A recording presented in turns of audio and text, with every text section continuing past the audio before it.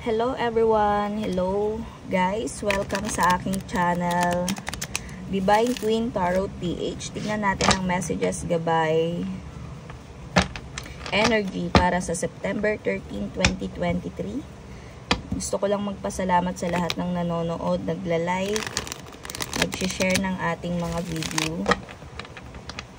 Sana patuloy nyo pa rin suportahan ng Divine Twin Tarot PH para dumami tayo sa ating channel. Tingnan natin messages energy para sa ear signs. Spirit guide.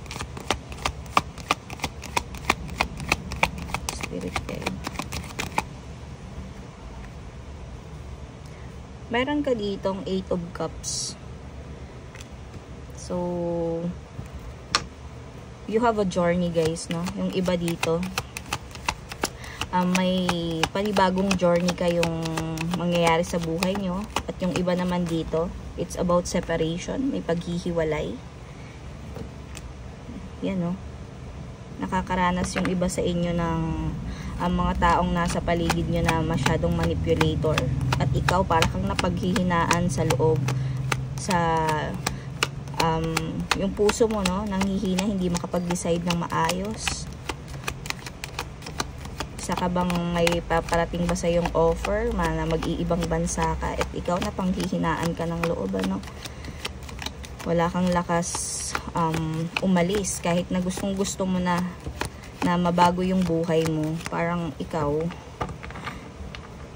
wala kang lakas ng loob para mag-ibang bansa, ano?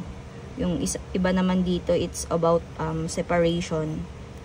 Dahil nasusobrahan ng namamanipulate na ng taong to yung buhay nyo masyado. Or maybe, there's ayaw kayong paalisin mismo ng taong to. No? Pinamanipulate niya yung buhay nyo. So, para sa mga in a relationship, married, single, ayan. Yung iba naman is may bagong inspirasyon na parating. Yung mga nasa in a relationship, no? Mas lalo pa kayo magkakaroon ng unity. Bagong inspirasyon, bagong love life, bagong trabaho. I think for some of you, iiwanan yung mga nakaka-stress ng trabaho, no? Nakaka-stress na company at lilipat nga kayo ng panibagong trabaho na ayan, no, there's a lot of motivation.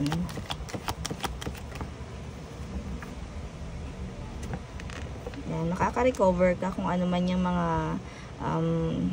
iniinda mo sa buhay. Yan, makaka-recover na yung iba sa inyo. Ayan, may paparating nga talagang blessing sa inyo, ano. May mga assistant gift kayong marireceive to galing sa mga kapamilya nyo na matagal nyo nang inaantay. Ayan, no, it's a confirmation. It's about recovery also, no. Yung mga iba sa inyong nalugi last month, ayan, makaka-recover na kayo sa mga financial problem ninyo. Ayan. So, ipagpatuloy mo kung may pag-iibang bansa ka dito, na huwag kang paghinaan ng loob. Ipagpatuloy mo yung offer, i-accept mo. Magkaroon ka ng mag-focus ka sa buhay mo, no? Huwag mong isipin yung sinasabi ng ibang tao kasi kulang ka eh. Lack of center ka eh, no?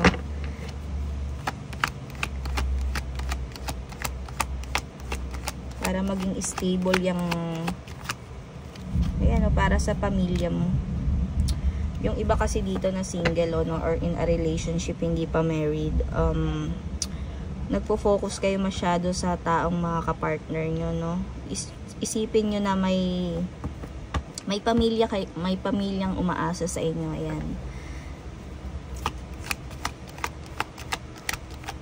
Kasi para sa maging successful din yan, malay nyo, balang araw, ano? Tignan natin, ha? Confirmation card. Page of Wands. Ayan, o, mag-focus ka sa pangarap mo. Keep your eye on your goals and enjoy every moment. Okay? Ayan, o, magandang magiging kapalaran mo, ano, no, ear signs. Basta, ang isipin mo, ang i-priority mo yung sarili mo. no? Yung pamilya mo na umaasa sa'yo. And if you're married naman, no, focus on your family dahil yan, napakasaya ng buhay mo, ng pamilya mo, yung iba sa inyo dito. Blessed na blessed. Blessed na blessed, no? Air signs. Dahil nga siguro, ayan, makaka-recover na kayo sa inyong mga pagkalugi. Ayan, Page of Cups. Huwag masyadong emosyon yung pairalin nyo dito, air signs. Maganda rin, no? Except lang yung may manipulator na, ano, ayan, no? Worrying changes nothing, decide your next step. Huwag mong i-worry kung may maiiwanan ka mga tao dito sa pag-alis mo. Huwag mo masyadong isipin. Kasi tulad nga ng sabi ko sa inyo kanina, isipin nyo yung pamilya nyo. Yung taong kumokontrol sa inyo dito, hayaan nyo lang. Hayaan nyo lang silang, kung pinipigilan nila kayo, huwag nyo silang intindihin. Ayan, nagkakaroon ka ng anxiety, nagiging hopeless ka, no? Parang feeling mo, nasa, ano ka no? Nasa prison ka, no?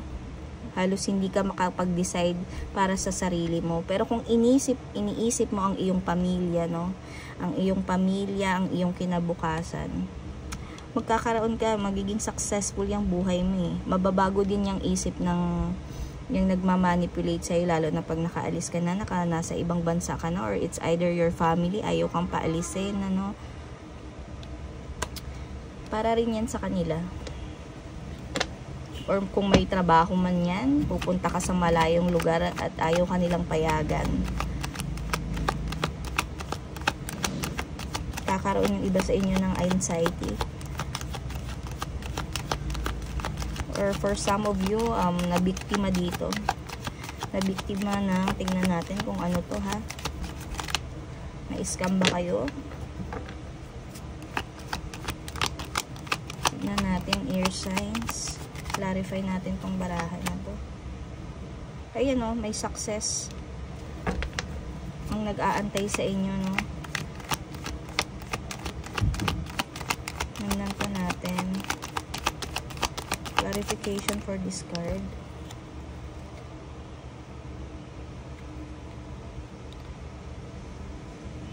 Ayan, yung victimization naman dito, it's all about nga yung taong nagmamanipulate sa inyo na parang instead na gawin niyang positive yung positive, no, yung mag-advise siya ng positive sa'yo, no?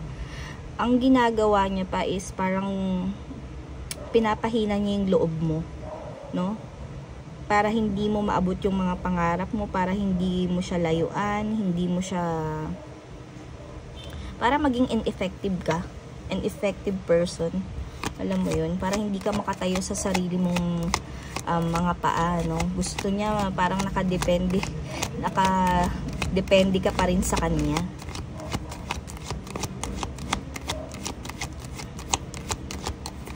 Oops.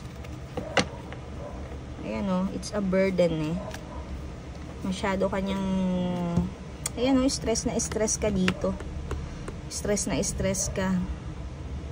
Na-prostrate ka na. Ginugulo lang niya yung utak mo. It's either mahal na mahal mo tong taong to, kaya stress na stress ka, eh, no? Parang ayaw mo rin siyang mawala sa buhay mo, pero pinapa-decide ka na, eh, no? Para rin naman yan sa iyong kinabukasan. So, tignan pa natin. So, last message for ear signs. It's all about decision making, no? Bad choices. So parang nananaig sa iyo na mag-stay ka na lang sa buhay niya, na at umasa na lang sa kanya.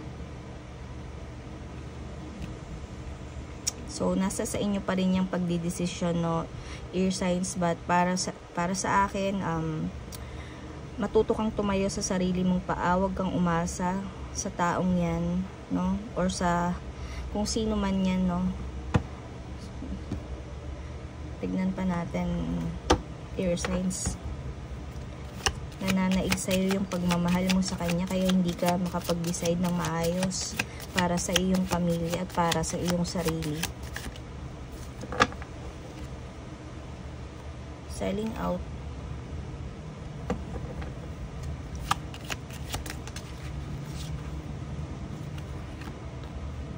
Patience.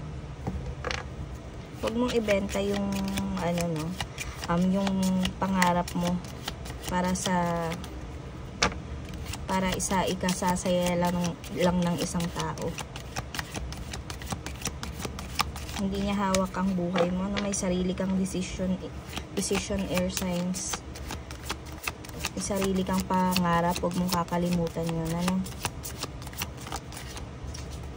Lumabas ka sa iyong comfort zone, air signs. So have courage para magdesisyon para sa sarili mo. Tiis lang rin, ano, air signs.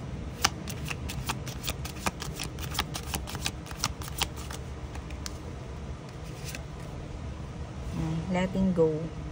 Kung ano man yan na iniisip mo ngayon at mga katanungan mo sa sarili about the decision. Okay, Gemini. Hindi na natin masyado dadagdagan kasi nasa sa inyo pa rin yan. So, thank you for watching. See you on my next video, air signs. Bye-bye.